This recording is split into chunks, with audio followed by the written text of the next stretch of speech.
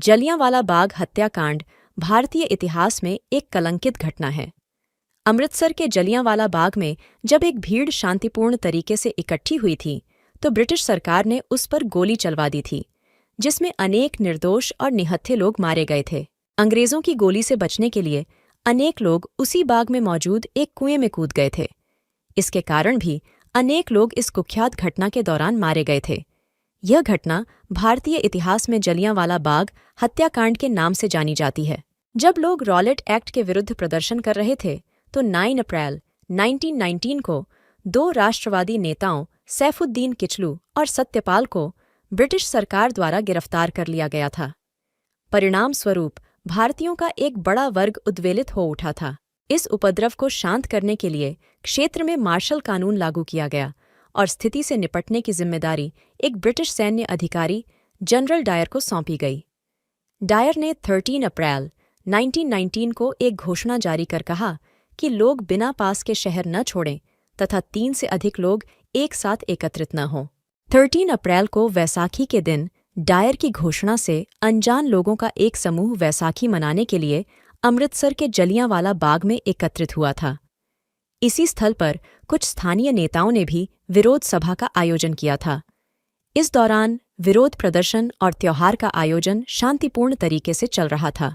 इस अवसर पर रॉलेट अधिनियम की समाप्ति संबंधी और 10 अप्रैल की गोलीबारी की निंदा संबंधी 2 प्रस्ताव पारित किए गए, लेकिन जनरल डायर ने इस सभा को सरकारी आदेश की अवहेलना मानकर बिना किसी पूर्व चेतावनी के वहां जमा लोगों पर गोलियां चलवा दीं तथा वहां से निकासी के सभी मार्ग बंद कर दिए।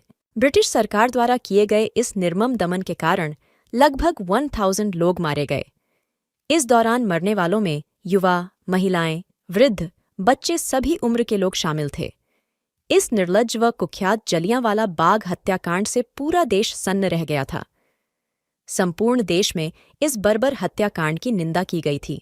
जलियांवाला बाग हत्याकांड के विरोध में रवींद्रनाथ टैगोर ने अपनी नाइटहुड की उपाधि का त्याग कर दिया था। इसके अलावा वायसराय की कार्यकारिणी के भारतीय सदस्य शंकर राम नागर ने कार्यकारिणी से इस्तीफा दे दिया था।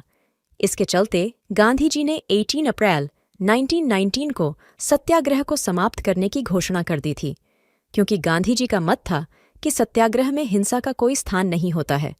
इसके चलते गांधी जी ने 18 अप्रैल 1919 को सत्याग्रह को समाप्त करने की घोषणा कर दी थी।